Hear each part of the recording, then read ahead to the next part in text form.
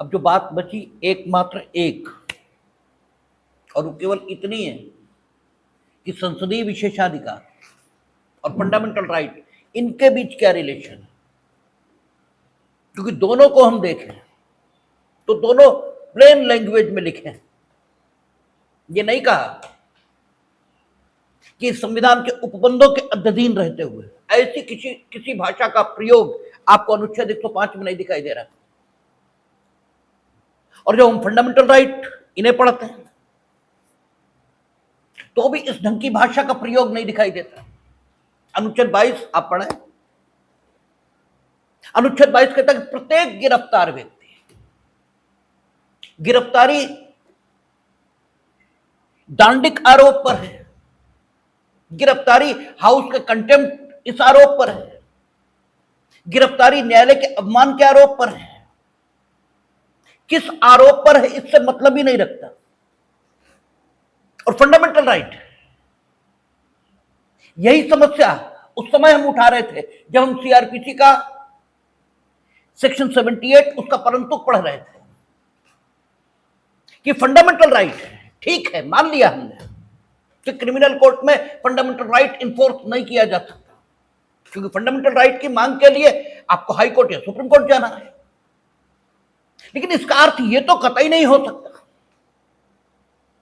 कि मजिस्ट्रेट को fundamental right पता है और इसके बाद भी फंडामेंटल राइट से बिल्कुल विपरीत आचरण करे। इसका तो ठीक है अनुमान भी नहीं लगाया जा सकता, ये तो ठीक नहीं दिखता। तो दोनों बातें बिल्कुल प्लेन लैंग्वेज में लिखी। वहां कहता है जो व्यक्ति गिरफ्तार किया गया है उसे गिरफ्तारी के कारणों को जानने का हक, अपनी पसंद के वकील से प्रतिरक्षा कराने का हक है, और साथ ही साथ जो व्यक्ति गिरफ्तार किया गया उसे न्यायालय तक पहुंचने में लगने वाले आवश्यक समय को छोड़कर मजिस्ट्रेट के समक्ष प्रस्तुत किए जाने का मूल अधिकार यह है। ये तीनों फंडामेंटल राइट आर्टिकल 22 में है। और केवल इतना कहा कि वो व्यक्ति जो प्रिवेंटिव डिटेंशन में है उसे ये हक नहीं मिलेंगे। तो प्रिवेंटिव डिटेंशन में जो होगा उसके लिए अलग प्रकार की प्रक्रिया वो वहां अनुच्छेद 22 में दी गई है। और आप विशेष जो स्पेशल प्रिविलेज इन्हें पढ़ें तो वहां भी कुछ ऐसा नहीं दिखता जिसे स्पेसिफिकली ये कहा जा सके कि विशेषाधिकार फंडामेंटल राइट के अनुशासन के अधीन है। क्योंकि यहां भी कुछ नहीं कहा, यहां भी सिर्फ इतना ही कहा कि संसद के सदस्यों को विशेषाधिकार होंगे। अब अगर क्लैशिंग हो रही है फंडामेंटल राइट और विशेषाधिकार में, तब क्या होना चाहिए?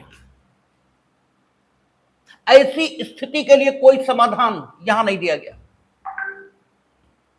और इन्हीं स्थितियों में समाधान के लिए न्यायालय को संविधान की व्याख्या, इसका अधिकार यह मिलता है।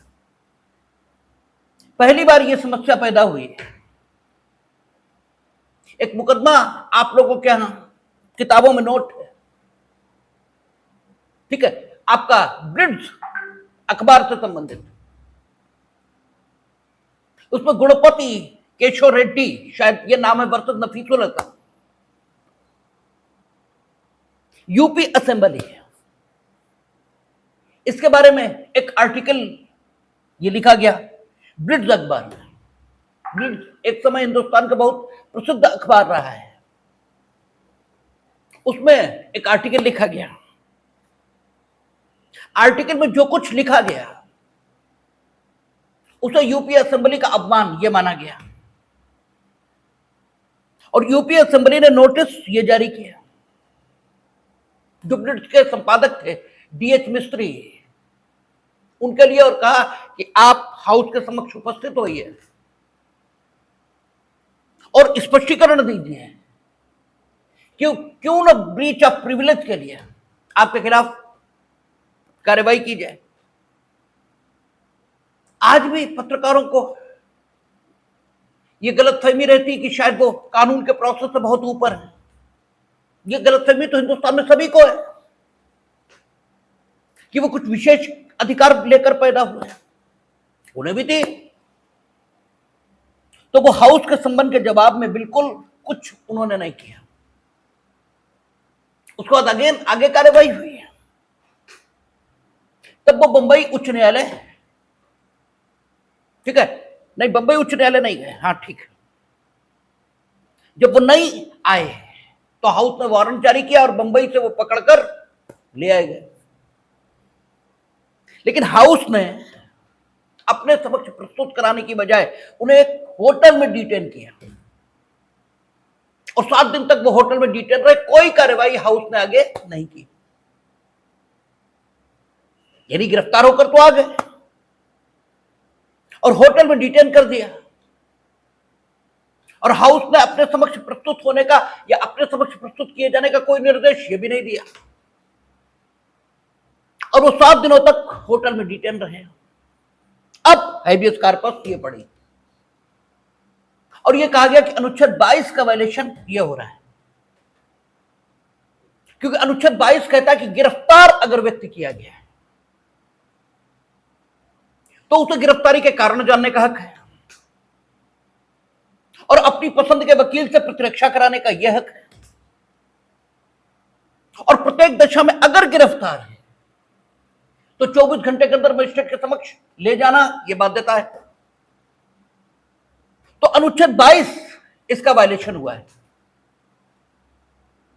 और रिलीज किया जाए हैबियस कॉर्पस के नेचर में रिट जारी हो और टीएच मिस्त्री इनकी मुक्ति जो कराई जाए।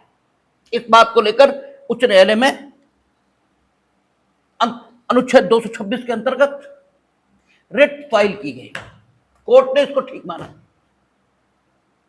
उच्च न्यायालय की जगह उच्चतम न्यायालय भी हो सकता है।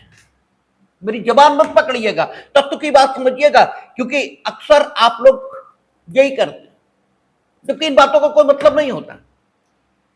हमने पहले भी कहा कि बड़े बड़े रिसर्च स्कॉलर इस पर बात करते मिलेंगे कि सब गौतम बुद्ध कहां पैदा हुए। अरे गौतम बुद्ध कहीं पैदा हुए, महत्वपूर्ण क्या है? गौतम बुद्ध ने जो कहा वो महत्वपूर्ण है, गौतम बुद्ध कहां पैदा हुए ये महत्वपूर्ण है। वो कहीं पर पैदा हुए हों, हम तो कहते चलो गौतम बुद्ध पैदा ही नहीं हुए। गौतम बुद्ध के नाम से जो बातें प्रचारित की गई है, वो जिस आदमी ने कही वो गौतम बुद्ध नाम का था ही नहीं। चलो ऐसे आ जाओ। महत्वपूर्ण क्या है बात? महत्वपूर्ण गौतम बुद्ध नहीं है।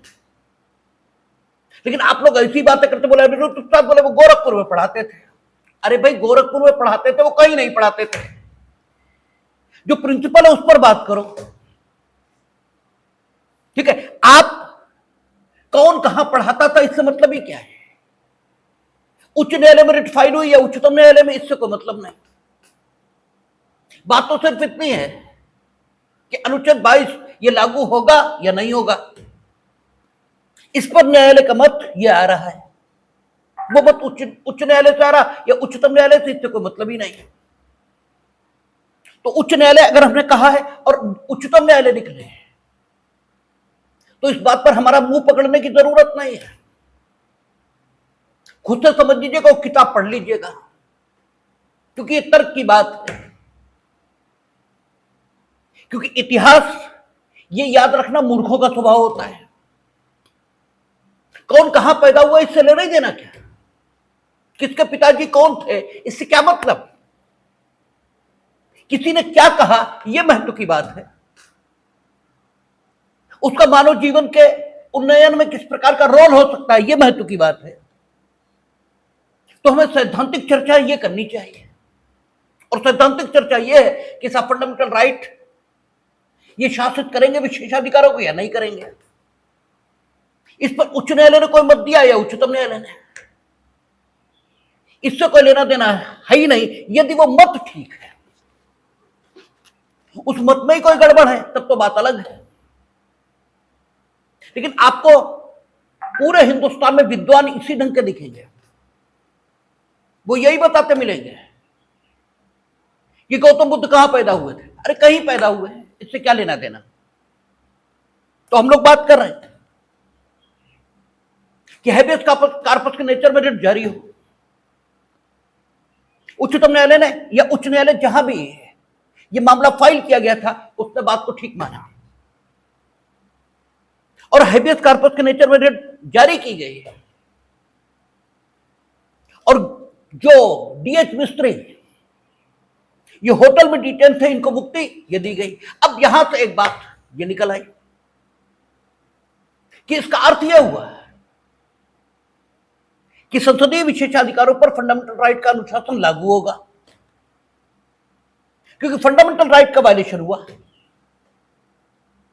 और हैबियस कॉर्पस जारी की गई। लेकिन दूसरा ही सवाल, एक अन्य मुकदमा सर्च लाइट,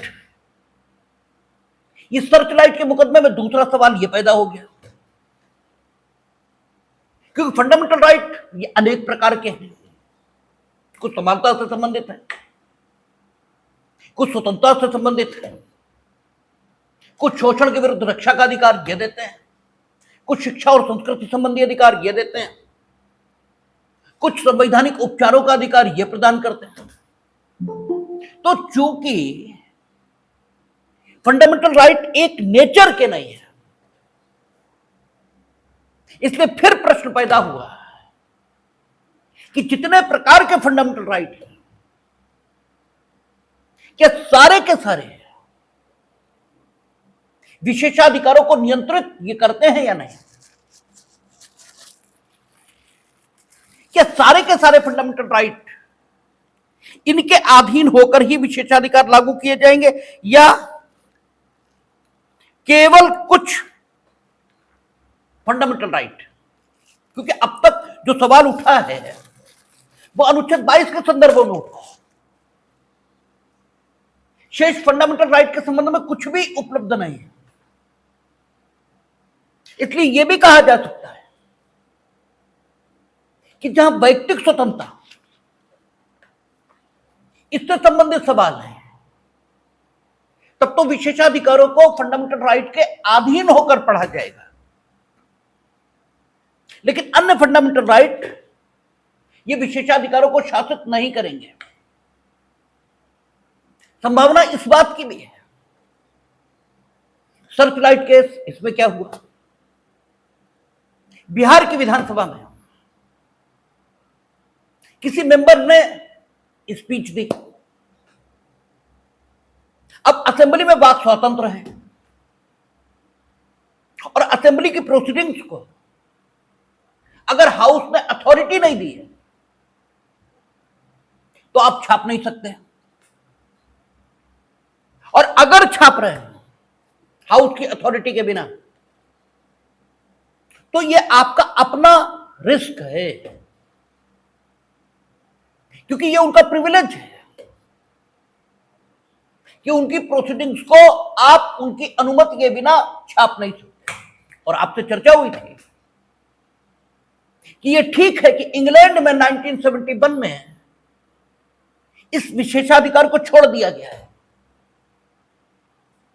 लेकिन हिंदुस्तान में चूंकि हाउस ऑफ कॉमन्स के द्वारा 26 जनवरी 1950 को जो विशेषाधिकार उपयोग किए जा रहे थे, वे सारे विशेषाधिकार संसद को प्राप्त थे और संसद ने उनमें से एक को भी नहीं छोड़ा है। इसलिए हाउस ऑफ कॉमन्स की जो कार्यवाहियां हैं वो उसकी अथॉरिटी के बिना नहीं छापी जाएंगी। ये जो उनका विशेषाधिकार था जिसे वो 26 जनवरी 1950 को एंजॉय कर रहे थे, वो भारत की संसद को मिला हुआ है, ये तो माना ही जाएगा। ये ठीक है कि अनुच्छेद 361 आया, अनुच्छेद 361 ए, इसको जोड़ा गया है, लेकिन वहां भी ये कहा कि अगर न्यूज़पेपर में आप सच्ची रिपोर्टिंग करते हैं हाउस की प्रोसीडिंग्स की, और बिना इस आशय के कि कोई मिस रिप्रेजेंटेशन आप करें, इस प्रकार की किसी कोशिश के बिना आप अगर उनकी कार्रवाइयों को प्रकाशित करते हैं, तो आप दोषी नहीं होंगे।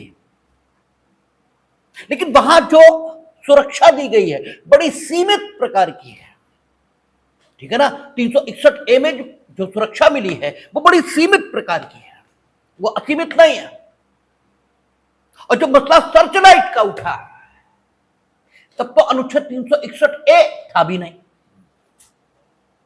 इसलिए उस समय यह नहीं कहा जा सकता कि अखबार को हाउस की अथॉरिटी के बिना हाउस में जो कुछ हुआ वो छापने का हक है, उस समय कहा ही नहीं जा सकता। और अगर छाप रहे तो अपने ऑन रिस्क पर आप छापो।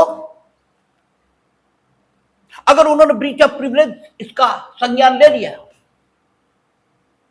तो आपको मुश्किल का सामना करना पड़ेगा। और सर्च लाइट में यही हुआ।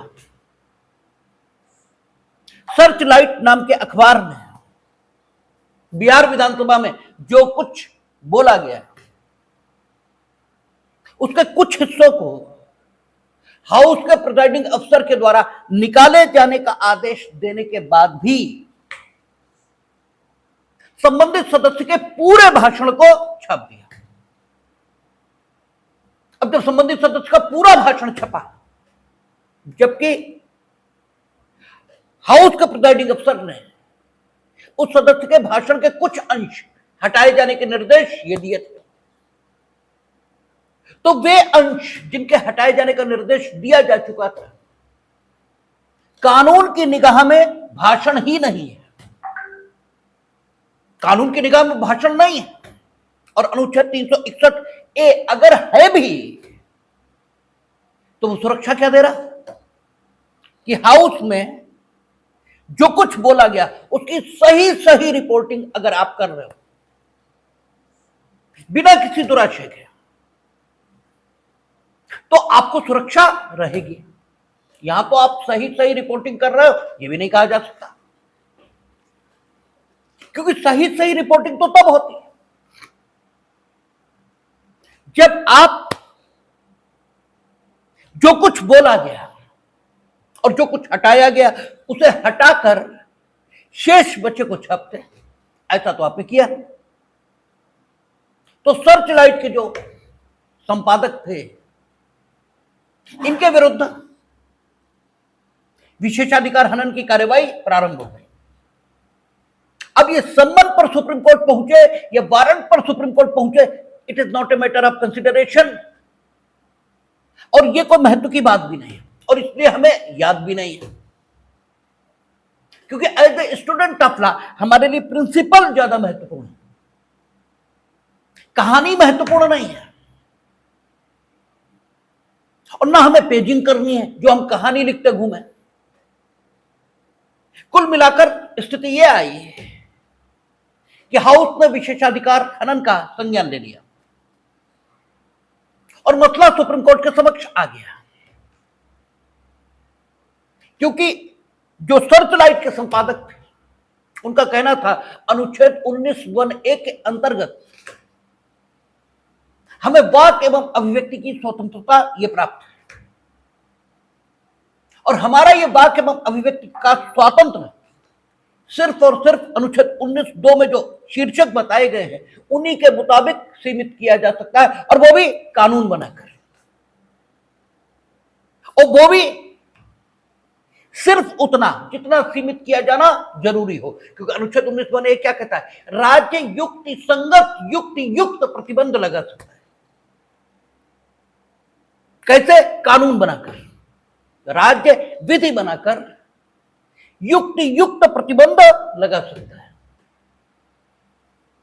प्रतिबंध नहीं लगा सकते, जितना जरूरी हो उतना प्रतिबंध लगा सकते। तो यहां सर्चलाइट के संपादक का कहना है कि कोई प्रतिबंध कानून के मुताबिक लगाया जा सकता था, लेकिन कानून कोई है ही नहीं।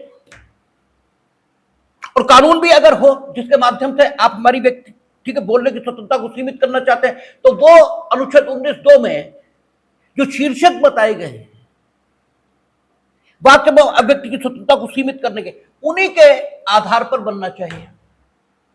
ऐसा कुछ है नहीं। इसलिए हाउस ने जो विशेषाधिकार हनन का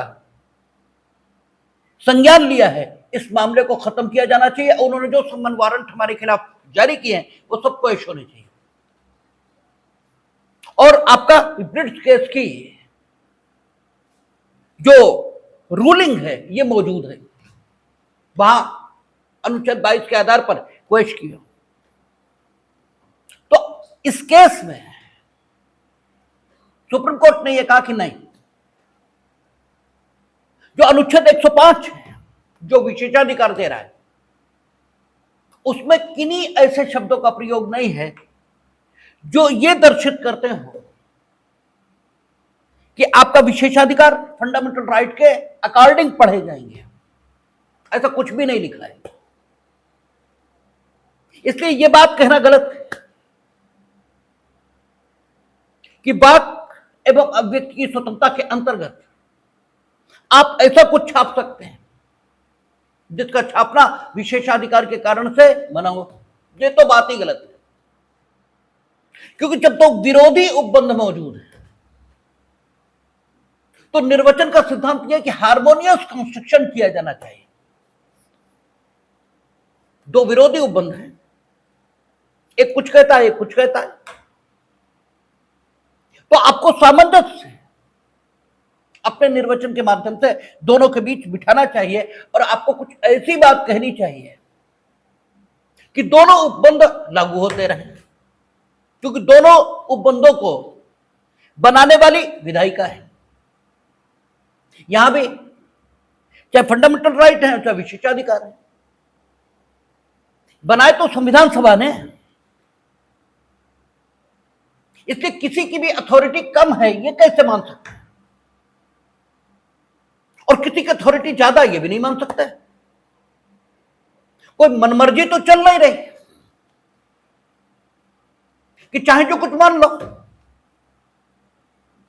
इसलिए अगर फंडामेंटल राइट को वरीयता आप देना चाहते हो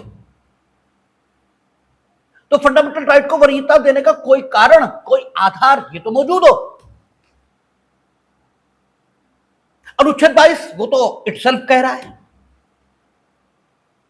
कि गिरफ्तारी अगर हुई है तो ये होना चाहिए। लेकिन अनुच्छेद 19(1)(a) स्वयं प्रतिबंध लगाने के शीर्षकों को बता रहा है। इसका मतलब फ्रेमर्स ये नहीं चाहते थे कि आपकी वाक एवं अभिव्यक्ति की स्वतंत्रता असीमित हो। उन्होंने प्रतिबंध के शीर्षक दिए हैं और 19(1)(a) में ऐसा कुछ नहीं लिखा है जिससे यह पता लगता हो कि संसदीय विशेषाधिकार ये 19(1)(a) पर लागू नहीं होंगे। ऐसा कुछ भी नहीं है दोनों में। इसलिए हार्मोनियस कंस्ट्रक्शन यही एकमात्र रास्ता बचता है। और हम लोगों ने जब पिछली बार संविधान पढ़ा था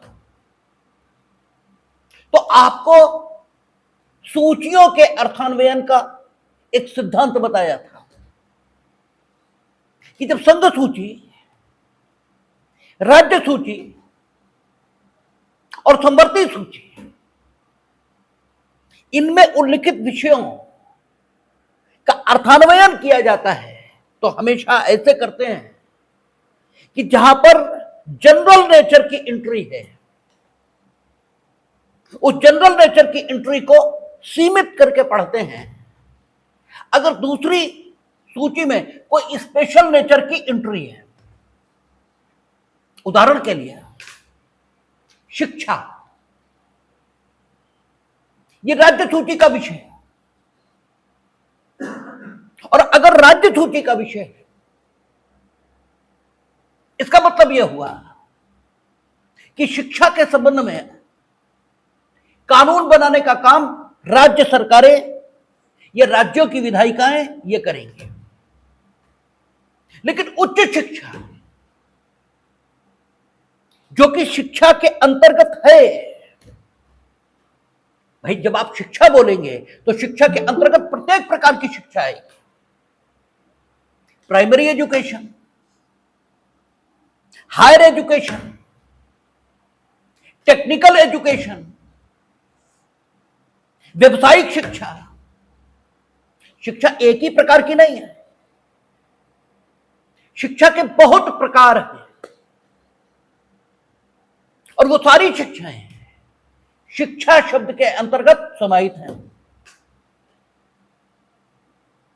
लेकिन जब उच्च शिक्षा, हायर एजुकेशन कहा या मेडिकल एजुकेशन कहा, तो स्थिति यह आई कि हम शिक्षा के एक विशेष क्षेत्र के बारे में बात कर रहे हैं। तो शिक्षा एक जनरल एंट्री हुई और उच्च शिक्षा ये एक स्पेशल एंट्री ये हुई।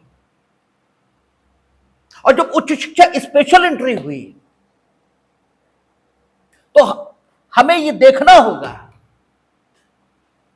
कि फ्रेमर्स ने शिक्षा के संबंध में विधायन का हक एक विधायिका को दिया, लेकिन उच्च शिक्षा के संबंध में विधायन का हक दूसरी विधायिका को दिया। अर्थात फ्रेमर्स ये नहीं चाहते थे कि शिक्षा के नाम पर उच्च शिक्षा के संबंध में ये वाली विधायिका विधायन करे। यद्यपि उन्होंने मना करने के लिए कड़वे शब्दों का इस्तेमाल नहीं किया, उन्होंने ये नहीं लिखा कि तुम उच्च शिक्षा के बारे में विधायन नहीं करोगे, क्योंकि ये शब्द थोड़े कड़वे हैं। उन्होंने सिर्फ ये कह दिया कि शिक्षा इसके बारे में विधायन तुम करोगे, लेकिन उच्च शिक्षा के संबंध में विधायन ये करेंगे। ये एक शोबर तरीका है, ये एक शोबर टेक्निक है आपको मना करने की। इसलिए हार्मोनियस कंस्ट्रक्शन होगा और जो जनरल एंट्री है उसको सीमित करके पढ़ेंगे और जो स्पेशल एंट्री है उसे प्रभाव देकर पढ़ेंगे। अर्थात राज्यों की विधायिका को जो अधिकार माना जाएगा वो ये माना जाएगा कि शिक्षा में से उच्च शिक्षा हटाकर जो शिक्षा बचती है उसके संबंध में विधायन का हक आपको, लेकिन उच्च शिक्षा के संबंध में विधायन का हक उन्हें। उन्होंने कहा यही तरीका यहां इस्तेमाल करेंगे। आपको वाक एवं अभिव्यक्ति की स्वतंत्रता है, लेकिन संसदीय विशेषाधिकार यह भी है, और संसदीय विशेषाधिकार इन पर फंडामेंटल राइट लागू होंगे या संसदीय विशेषाधिकार फंडामेंटल राइट के अकॉर्डिंग होकर पढ़े जाएंगे, ऐसा कुछ लिखा नहीं। तो हम संसदीय विशेषाधिकारों को फंडामेंटल राइट के अधीन होकर पढ़ने का कोई निर्देश ये नहीं दे सकते। और इसलिए जो आपके खिलाफ विशेषाधिकार हनन की कार्रवाई चल रही है ये एकदम ठीक है, आपके खिलाफ होनी चाहिए। आपने संसदीय विशेषाधिकार का सम्मान क्यों नहीं किया? क्योंकि फिर तो संसदीय विशेषाधिकार का कोई मतलब बचेगा ही नहीं, हर आदमी गालियां बकेगा। तो वाक एवं अभिव्यक्ति की स्वतंत्रता इसके नाम पर अगर संसदीय विशेषाधिकारों को खत्म किया जाएगा तो फिर संसदीय विशेषाधिकार रहेंगे कहां? तो फ्रेमर देते ही मत, आपको गाली बकने का असीमित लाइसेंस ये दे देते हैं। और विशेषाधिकार का मतलब ये होता है, हम लोगों ने हाफिल्ड का क्लासिफिकेशन पढ़ा कि विशेषाधिकार जिसके पास है उसे किसी भी ढंग से विवश नहीं किया जा सकता। वो युद्ध करे तो मर्जी उसकी, न युद्ध करे उसकी मर्जी। तुम रोज गाली बको वो कुछ ना करे, लेकिन अगर तुम गाली बको और पकड़ ले तुम्हें तो तुम वाक एवं अभिव्यक्ति की स्वतंत्रता का तर्क नहीं ले सकते, क्योंकि फिर तो कोई मतलब ही नहीं बचा संसदीय विशेषाधिकारों का। और सर्चलाइट केस में उन्होंने कहा अनुच्छेद 19(1)A अवेलेबल नहीं है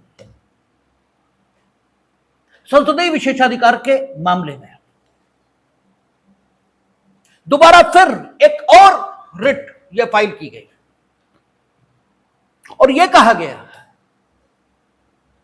कि चूंकि संसदीय विशेषाधिकार ये अनुच्छेद 19(2) में प्रतिबंध के शीर्षक के अंतर्गत उल्लिखित नहीं है। चलो ठीक है, मान लिया कि संसदीय विशेषाधिकार इनके विरोध में हम वाक्य एवं अभिव्यक्ति की स्वतंत्रता का उपयोग नहीं करेंगे, तो इसको मानने का कोई आधार ये तो होना चाहिए। क्योंकि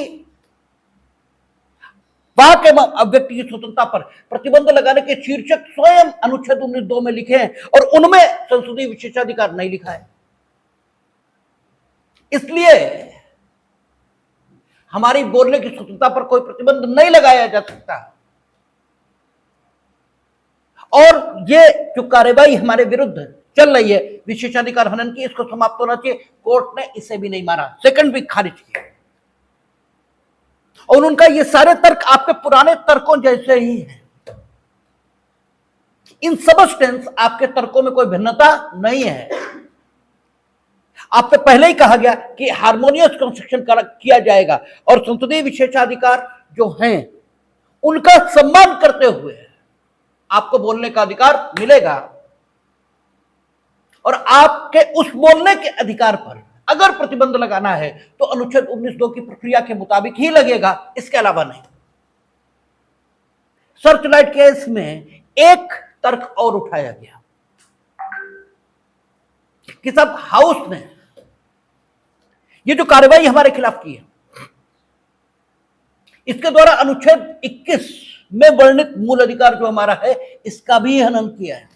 क्योंकि अनुच्छेद 21 कहता है कि वाक एवं अभिव्यक्ति की स्वतंत्रता, प्राण और दैहिक स्वतंत्रता, प्राण की स्वतंत्रता और दैहिक स्वतंत्रता, इसको विधि द्वारा स्थापित प्रक्रिया इसी से लिया जा सकता है। और प्राण की स्वतंत्रता और दैहिक स्वतंत्रता में हर प्रकार की स्वतंत्रता शामिल है।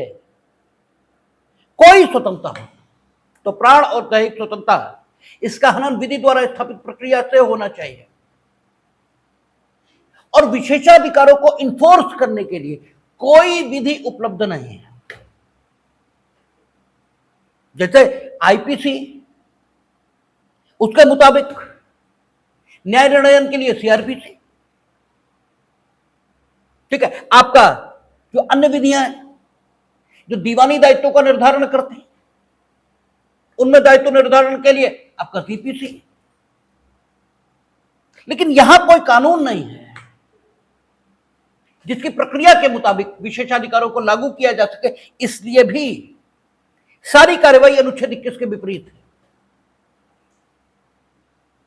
क्योंकि जिस प्रक्रिया को फॉलो किया जा रहा है वो विधि की प्रक्रिया नहीं है। कोर्ट ने कहा आप विधि की सीमित व्याख्या कर रहे हैं, विधि सिर्फ वो नहीं है जिसे हाउस ने विधायी प्रक्रिया से अधिनियमित किया है। ये यूं कहने कि विधि का अर्थ सिर्फ वो नहीं लिया जा सकता जिसे विधायन के नाम पर हाउस ने अधिनियमित किया है, ऐसा नहीं है। हाउस को अनुच्छेद 118 के अंतर्गत अपने नियम खुद बनाने का हक है और अनुच्छेद 118 के अंतर्गत वो जो कुछ बनाएगा वो भी कानून ही है, वो भी विधि ही है। और इस सारे प्रसंग के लिए अगर अनुच्छेद 118 के अंतर्गत बनाए गए नियमों के मुताबिक उन्होंने कोई न्याय निर्णय किया है विशेषाधिकारों के संदर्भ में, तो ये विधि की प्रक्रिया के बिना ये नहीं कहा जा सकता। और दोनों मामले उन्होंने दोनों तर्क रिजेक्ट किया। अब इससे ये निकल कर आया कि अनुच्छेद 19 बने, इसका सवाल जहां तक है तो यह विशेषाधिकारों के संबंध में लागू नहीं किया जा सकेगा। लेकिन अनुच्छेद 22 वाली बात मौजूद है और अनुच्छेद 21 के संबंधों में सर्चलाइट केस में सुप्रीम कोर्ट ने यह कहा कि अनुच्छेद 21 लागू होगा। ठीक है, विधि की लागू होगा ये कैसे कहा? जब उन्होंने कहा कि अनुच्छेद 118 के अंतर्गत बने हुए नियम मौजूद हैं और उनके मुताबिक आपके खिलाफ विशेषाधिकार हनन की कार्रवाई की गई है, इसके मतलब वो ये कह रहे हैं कि अनुच्छेद 21 लागू होगा, क्योंकि अगर ये न हो तो फिर बात दीगर भी हो सकती है। तो सर्च लाइट के न्याय निर्णयन के बाद एक बात तय हो गई है कि सारे फंडामेंटल राइट इनके अधीन होकर विशेषाधिकार पढ़े जाएं, ये तो नहीं है। लेकिन अनुच्छेद 21 लागू हो रहा है, ठीक है, आपका विशेषाधिकार हनन की कार्रवाई को, यानी अगर हाउस विशेषाधिकार हनन की कार्रवाई करता है और किसी नागरिक का अनुच्छेद 21 द्वारा प्रदत्त फंडामेंटल राइट ये वायलेट होता है, तो डेफिनेटली कोर्ट हस्तक्षेप करेगा। लेकिन सारे फंडामेंटल राइट के संबंध में यह बात सच नहीं है। क्यों? सर्च लाइट केस में अनुच्छेद 19(1)(a) को लागू करने से इनकार कर दिया। अब सवाल है कितने फंडामेंटल राइट इनके अधीन होकर विशेषाधिकार पढ़े जाएंगे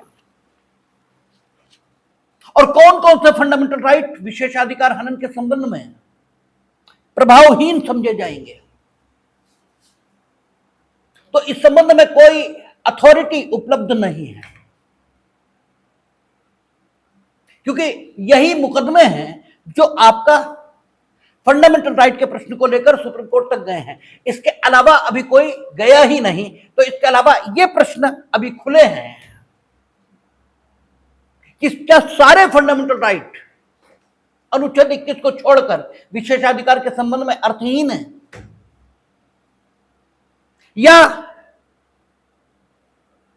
अनुच्छेद 21 के अलावा भी ऐसे फंडामेंटल राइट हैं जिनके अधीन होकर विशेषाधिकार पढ़े जाएंगे। इस प्रश्न का अभी कोई जवाब नहीं है, ऐसे ही है जैसा है आपके सामने। और जजमेंट लॉ के संबंध में यही स्थिति होती है कि जब तक उनके सामने प्रश्न नहीं जाएगा तब तक कुछ हो नहीं सकता।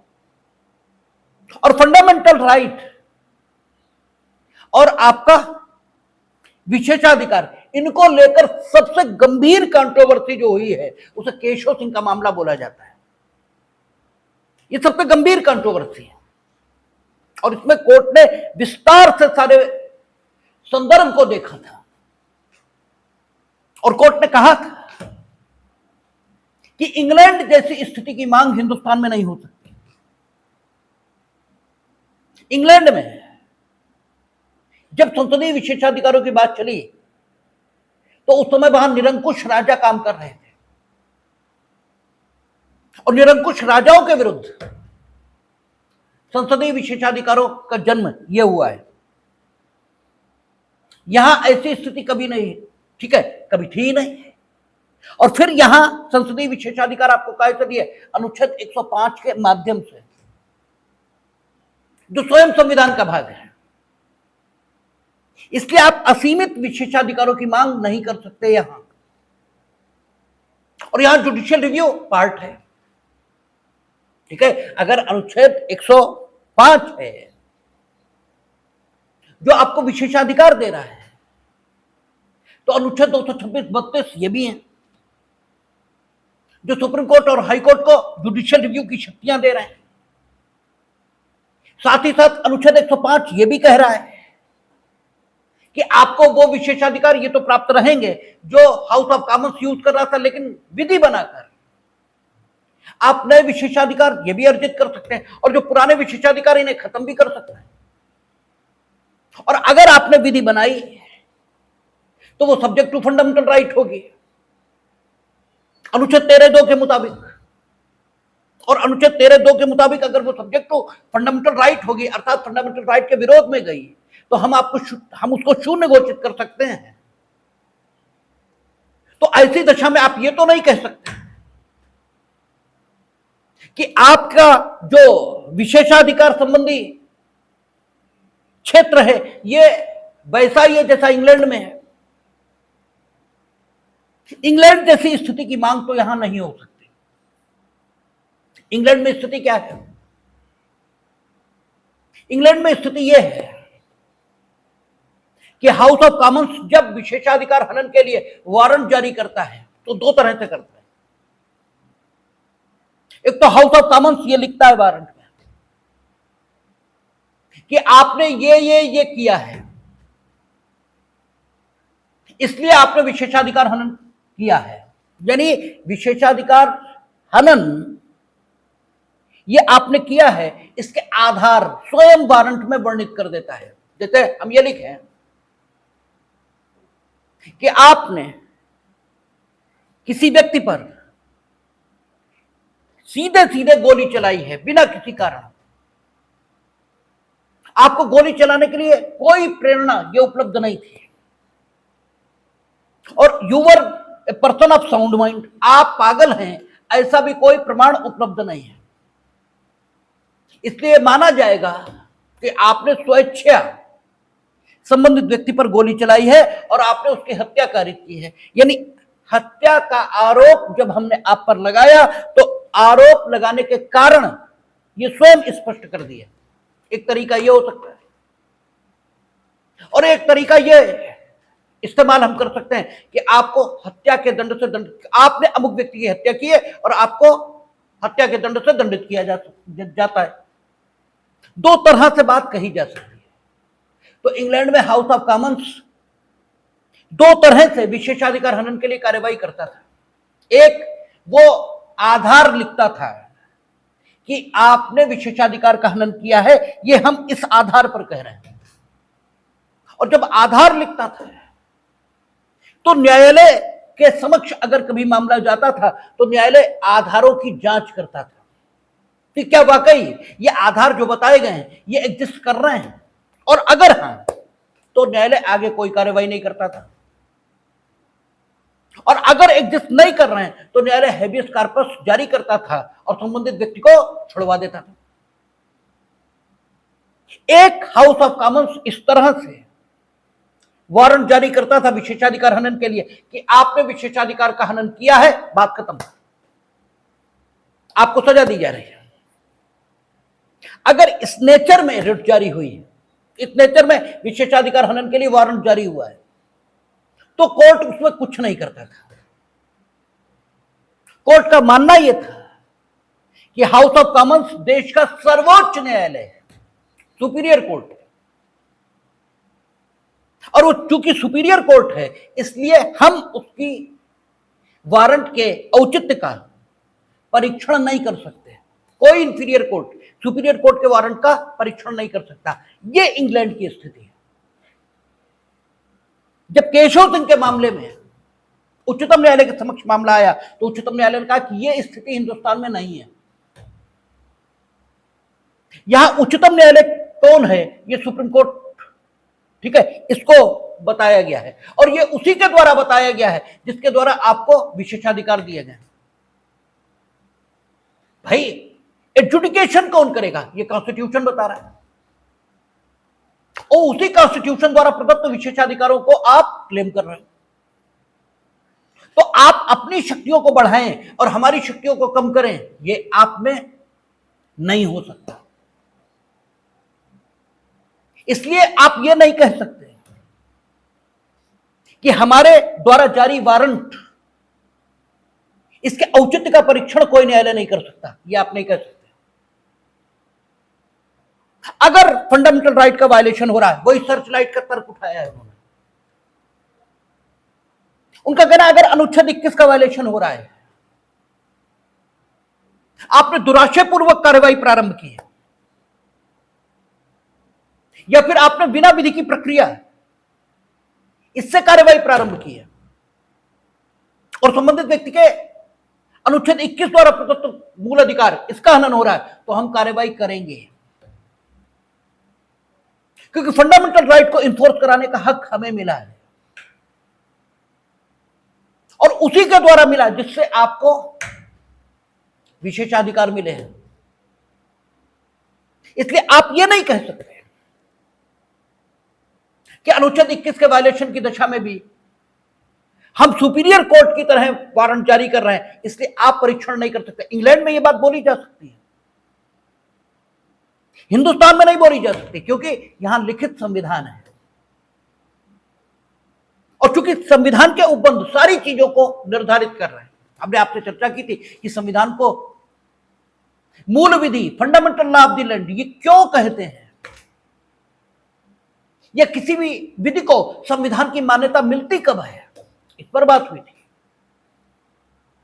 और हमने कहा था कि fundamental law of the land इसे इसीलिए कहा जाता है क्योंकि राज्य के जो 3 मूल ऑर्गन हैं, जुडिशरी, एग्जीक्यूटिव और लेजिस्लेचर, इनकी, ठीक है, इनका संगठन, इनकी शक्तियां, इनके विशेषाधिकार, इनके पारस्परिक संबंध, जनता का इनसे संबंध, इनका जनता के प्रति कर्तव्य और इनका जनता से संबंध, इस सबका निर्धारण क्योंकि संविधान के माध्यम से होता है, इसीलिए इसको fundamental law of the land, यह देश की मूल विधि ये कहा जाता है।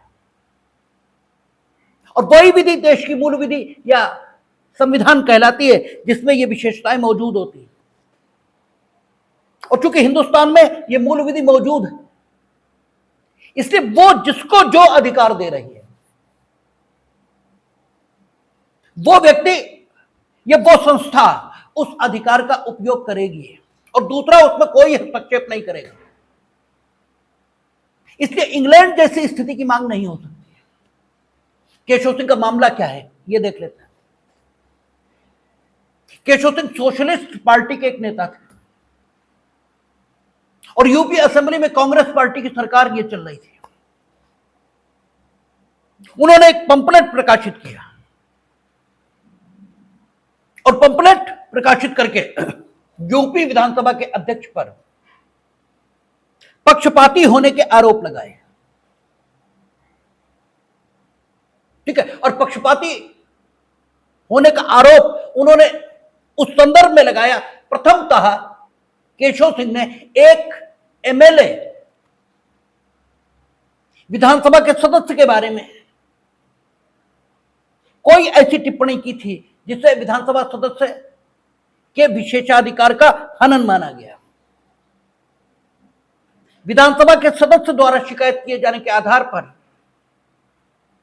जो हमने आपको बताया था कि विशेषाधिकार हनन के ये 3 प्रकार के दंड दिए जा सकते हैं: चेतावनी, निंदा, जुर्माना और कारावास। कारावास अधिकतम कितना हो सकता है? 1 सत्र का या हाउस के डिसॉल्यूशन तक। ठीक है, ये सारी बातें आपको बताई गई थी। तो इस मामले में विधानसभा अध्यक्ष ने केशव सिंह को निंदा का दंड दिया, अपने समक्ष आहूत किया और केशव सिंह की निंदा की।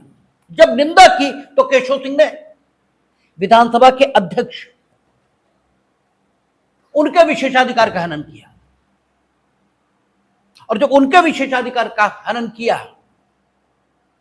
तब केशव सिंह को पकड़ कर लाने के लिए पहले सम्मन फिर वारंट ये जारी हुए। जब वारंट जारी हुए तो एक एडवोकेट, एक वकील साहब ने, जिनका नाम सोलोमन था, उन्होंने एक 226 के अंतर्गत रिट ये फाइल की हाई कोर्ट के समक्ष और यह कहा कि संपूर्ण कार्यवाही में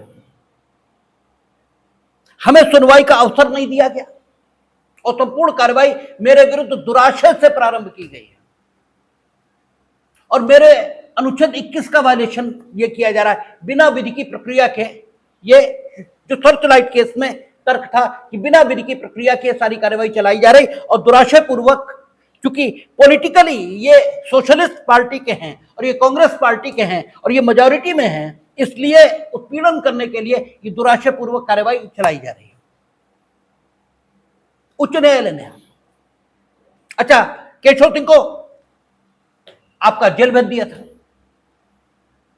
उच्च न्यायालय ने ये सारा मसला सुनवाई के लिए स्वीकार कर लिया। सुनवाई के लिए, अभी निर्णय कोई नहीं आया है, सुनवाई के लिए स्वीकार कर लिया। और आपको मालूम है कि अनुच्छेद 226 के अंतर्गत जब वो फंडामेंटल राइट से संबंधित सवाल ये सुनेंगे तो कोई भी आदेश, कोई भी निर्देश, कोई भी रिट ये जारी कर सकता है। हालांकि आप लोग यही बताते हैं कि 5 प्रकार की रिटें जारी की जा सकती हैं बस फंडामेंटल राइट इसके वायलेशन के लिए, लेकिन ये बात तो पूरी तरह झूठ और गलत है और आप जीवन भर यही माने बैठे रहते हैं। आप तो कहीं भी पूछो कि फंडामेंटल राइट का वायलेशन हो रहा, क्या हो तो रिटें जारी हो जाएंगी। कितनी? 5। क्योंकि ये बात तो पूरी तरह गलत है। कोई आदेश, कोई निर्देश, कोई रिट जिसके अंतर्गत 5 प्रकार की रिटें आती हैं, ये फंडामेंटल राइट के वायलेशन पर कार्रवाई की जा सकती है। और कोई आदेश का मतलब कोई आदेश होता है, कोई आदेश का मतलब और कुछ नहीं होता, कोई आदेश ही होता है। इसमें बेल मांगी गई है, ठीक है ना, कि कार्यवाही पेंडिंग रहने तक जमानत दे दी जाए। न्यायालय ने जमानत दे दी, क्योंकि रिट वो तो फाइनल जब सुन लेंगे, ठीक है, और कोई ऑर्डर पास करेंगे तभी रिट जारी होगी ना। अभी तो मामला सुनवाई के लिए स्वीकार किया और व्यक्ति जेल में है, तो जमानत मांगी गई है। और जमानत का आदेश भी कोई आदेश इस शब्दावली में आता है। जमानत दे दी गई। जैसे ही ऐसा हुआ, वही ये संविधान बचा रहे हैं आजकल, वैसे ही यूपी असेंबली ने प्रस्ताव पारित किया कि हाईकोर्ट के वे जज, 2 वकील साहब और केशव सिंह, सब ने हाईकोर्ट विशेषाधिकार का हनन किया और सब पकड़ के लाए जाए। ठीक है, सब लोग पकड़कर मेरे समक्ष उपस्थित किए जाए विशेषाधिकार हनन के मामले में।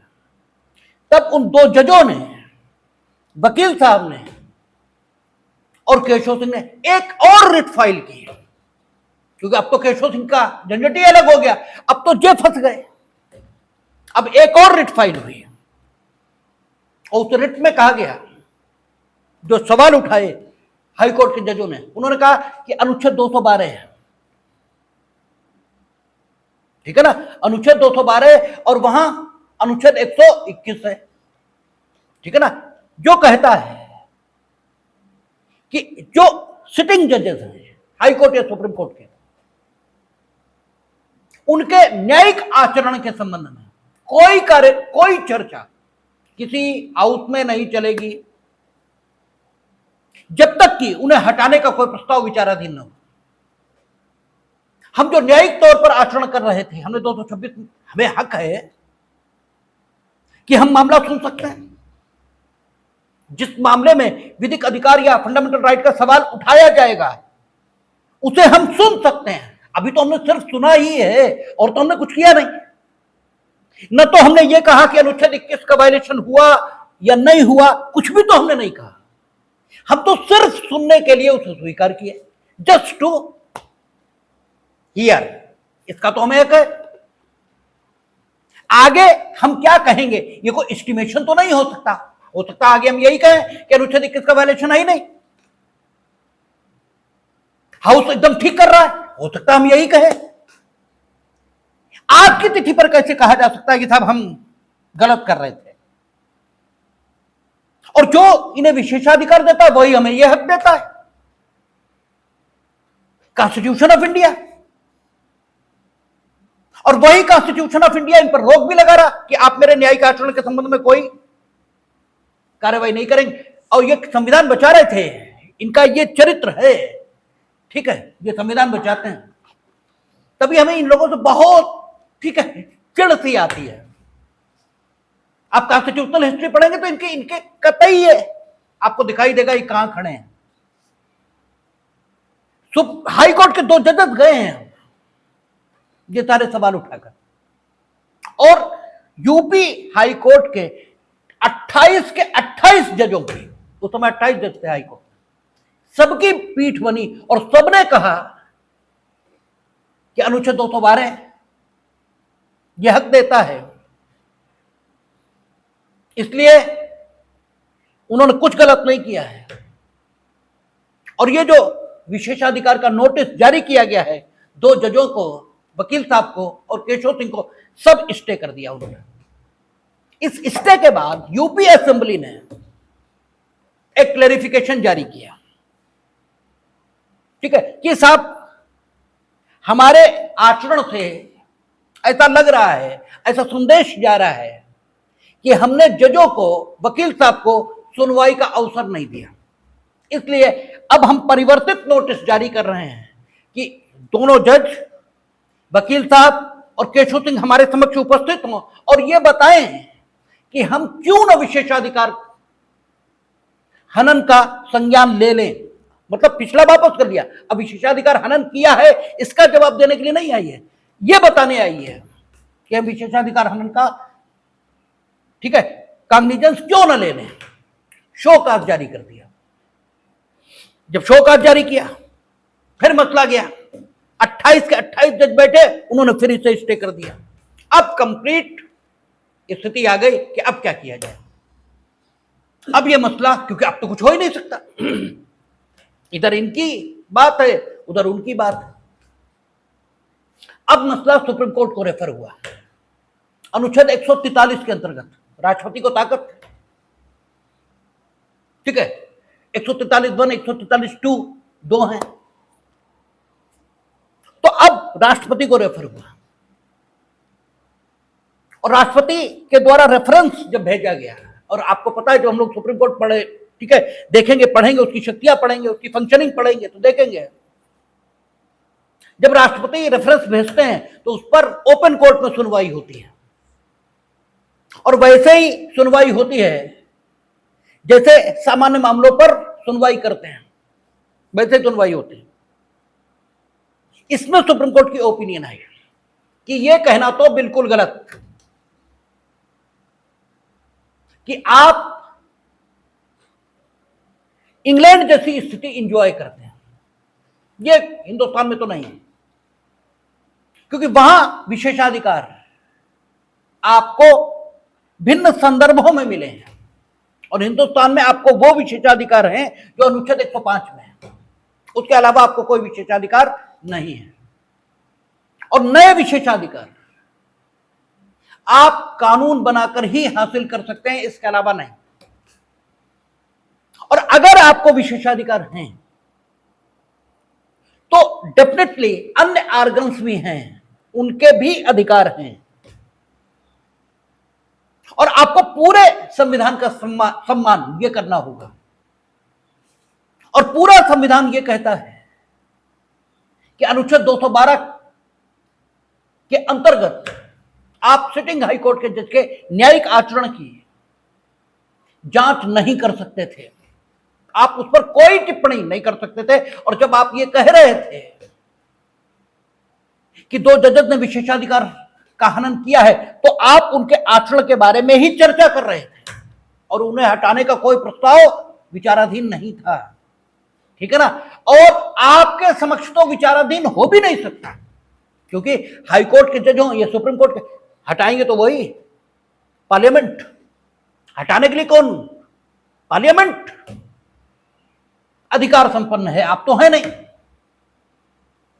तो आप अनुच्छेद 212 की वर्जना के रहते हुए चर्चा ही कैसे कर सकते थे। और जब चर्चा ही नहीं कर सकते थे तो आपने ये जो जारी किए नोटिस, ये जारी कैसे हो सकते हैं। और अगर आपके विशेषाधिकार हैं तो हाईकोर्ट के भी जज का अपना कानूनी अधिकार है जो अनुच्छेद 226 उसे सुनवाई का हक देता है। तो उसने सुनवाई की तो क्या गलत किया, ठीक है, उसने कुछ भी नहीं कहा है, अभी केवल सुनवाई का निर्णय लिया था, तो सुनवाई का निर्णय। और यहां आप के द्वारा जारी वारंट, इसकी समीक्षा नहीं हो सकती, यह भी आप नहीं कह सकते, क्योंकि इंग्लैंड में हाउस ऑफ कॉमन्स को सुपीरियर कोर्ट मान रहे हैं वहां के कोर्ट्स, इसलिए उनके वारंट की समीक्षा नहीं कर रहे हैं।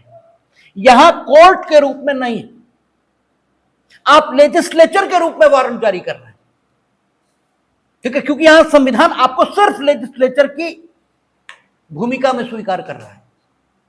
तो आप हमारे सुपीरियर कोर्ट नहीं है, और जो हमारे सुपीरियर कोर्ट नहीं, तो आपके द्वारा जारी वारंट की समीक्षा ये हम करेंगे। हम ये देखेंगे कि क्या वाकई आपके द्वारा जो वारंट जारी किया गया वो विशेषाधिकार के हनन से संबंधित है। और इसके लिए हमें दो बातें देखनी पड़ेंगी कि आपने जो कुछ क्लेम किया क्या वाकई वो विशेषाधिकार है भी, पहले तो ये देखेंगे, क्योंकि विशेषाधिकार तो तब है या तो वोट देने या बोलने इससे संबंधित हो, या वाक स्वातंत्र से संबंधित हो, या हाउस ऑफ कॉमन्स उसे यूज कर रहा हो, तो वो स्टेब्लिश प्रिविलेज है भी या नहीं, ये हम देखेंगे। और उनका कि आप ये भी समझिए कि अगर आप संसद, ठीक है, आप यानी संसद विधि बनाकर कोई नया विशेषाधिकार अर्जित करे तो उसकी कॉन्स्टिट्यूशनलिटी हम चेक करेंगे। तो आप इंग्लैंड जैसी स्थिति की मांग नहीं कर सकते। इसका मतलब यह हुआ कि इस रेफरेंस से कुछ बातें क्लियर हो जाती हैं। एक, वे ही विशेषाधिकार हैं जो अनुच्छेद 105 दे रहा है, और क्या वाकई वही विशेषाधिकार क्लेम किया गया है या नहीं जो अनुच्छेद 105 ने दिया है, इसकी जांच करने का हक न्यायालय को है। ठीक है ना, इसकी जांच करने का हक न्यायालय को है। और अगर न्यायालय पाता है कि हां जो क्लेम किया गया वो विशेषाधिकार वाकई 105 में है, हाउस को उसी को क्लेम किया है, उसके अलावा नहीं किया, तो फिर ठीक है, जैसे ये विशेषाधिकार है कि आप छापेंगे नहीं, ठीक है ना, बिना अथॉरिटी के, तो आपने बिना अथॉरिटी छापा या नहीं छापा, यह सवाल हाउस ही हल करेगा, और हाउस अपना जो चाहे सो दंड दे। लेकिन विशेषाधिकार हनन हुआ या नहीं हुआ, यह हाउस भले ही तय करे, लेकिन विशेषाधिकार उसने क्लेम किया है, जो क्लेम किया वो विशेषाधिकार है या नहीं है, यह कोर्ट ही तय करेगा। ठीक है, और उन्होंने कहा कि इसमें कहीं कुछ गलत नहीं किया है हाई कोर्ट ने, जो उन्होंने रिट सुनी, और उनका यह भी ठीक है, अनुच्छेद 21 उपलब्ध है विशेषाधिकार हनन के मामले में भी। और अगर यह पाया जाएगा कि आपने दुराशयपूर्वक कार्यवाही प्रारंभ की है, दुराशयपूर्वक यानी विधि की प्रक्रिया के बिना, कोई भी कार्यवाही अगर कानून की प्रक्रिया के मुताबिक हो रही तो दुराशयपूर्वक थोड़ी है। दुराशयपूर्वक कार्यवाही का मतलब क्या है कि विधि की प्रक्रिया के बिना हो रही है, तो वाकई विशेषाधिकार हनन के मामले को क्वेश किया जाएगा। इतना कहकर, चूंकि रेफरेंस था, इतना कहकर एडवाइजरी ओपिनियन देकर मामला खत्म हो गया। इसके बाद, इस एडवाइजरी ओपिनियन के आने के बाद हाई कोर्ट ने मामले को सुना, और केशव सिंह के मामले में उन्होंने ये पाया कि हाउस ने कुछ भी गलत नहीं किया है, और केशव सिंह का मामला रिजेक्ट कर दिया गया। उन्होंने कहा कि अनुच्छेद 21 का वायलेशन नहीं किया है हाउस ने, इसलिए नहीं किया क्योंकि आप कहते हैं दुराशयपूर्वक शुरू किया, जबकि उन्होंने हाउस की जो नियमावली है, जो कि अनुच्छेद 118 में है, संसद बनाएगी और ये 208 में बनाएंगे, तो इनके जो नियम थे उनके मुताबिक, क्योंकि वो सारी कार्यवाही को चला रहे थे, इसलिए वो दुराशयपूर्वक चल रही थी, ये तो नहीं कहा जा सकता। और चूंकि दुराशयपूर्वक नहीं चल रही थी, इसलिए आपको जाना पड़ेगा उनके समक्ष, ठीक है, और उनके समक्ष अपनी स्थिति को क्लियर करना पड़ेगा। अब एक स्थिति आ गई कि आप अगर दुराशयपूर्वक कार्यवाही करते हैं तो अनुच्छेद 21 उपलब्ध है, लेकिन 19(1)A उपलब्ध नहीं है। ये दो बातें एकदम क्लियर हो गई हैं सर्चलाइट और केशव सिंह के मामले में, जो रेफरेंस पर एडवाइस आई है सुप्रीम कोर्ट की, ये दो बातें एकदम क्लियर है। लेकिन शेष फंडामेंटल राइट्स के संबंध में क्या स्थिति है, ये कुछ क्लियर नहीं है। जहां तक कोर्ट्स का और लेजिस्लेचर का संबंध है विशेषाधिकारों के संबंध में, तो विशेषाधिकार की कार्यवाही पूरी तरह कोर्ट के जुरिडिक्शन से बाहर है, ऐसी बात नहीं है। कोर्ट यह तय कर सकता है कि जो कुछ आपने क्लेम किया वो विशेषाधिकार है भी या नहीं, क्योंकि विशेषाधिकार सिर्फ वे हैं जो या तो अनुच्छेद 105 द्वारा वर्णित है, या आप संसद कानून बनाकर, आप कानून बनाकर कोई विशेषाधिकार अर्जित करो या खत्म करो। तो आपने विशेषाधिकार का अर्जन किया है या नहीं, ये तो कोर्ट तय करेगा।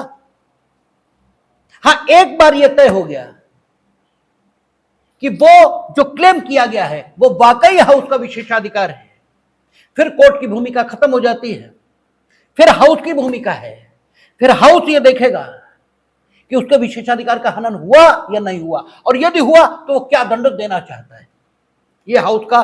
लेकिन ये तय करना कि जो कुछ क्लेम किया गया वो विशेषाधिकार है या नहीं है, ये कोर्ट का ही काम है। तो ये संसदीय विशेषाधिकार हैं जो पूरी तरह आज कंप्लीट हो गए। अब केवल विधायन की प्रक्रिया बची है विधायिका के सेगमेंट में। उसके बाद हम लोग एग्जीक्यूटिव का सेगमेंट शुरू करेंगे, तो फिर देखेंगे।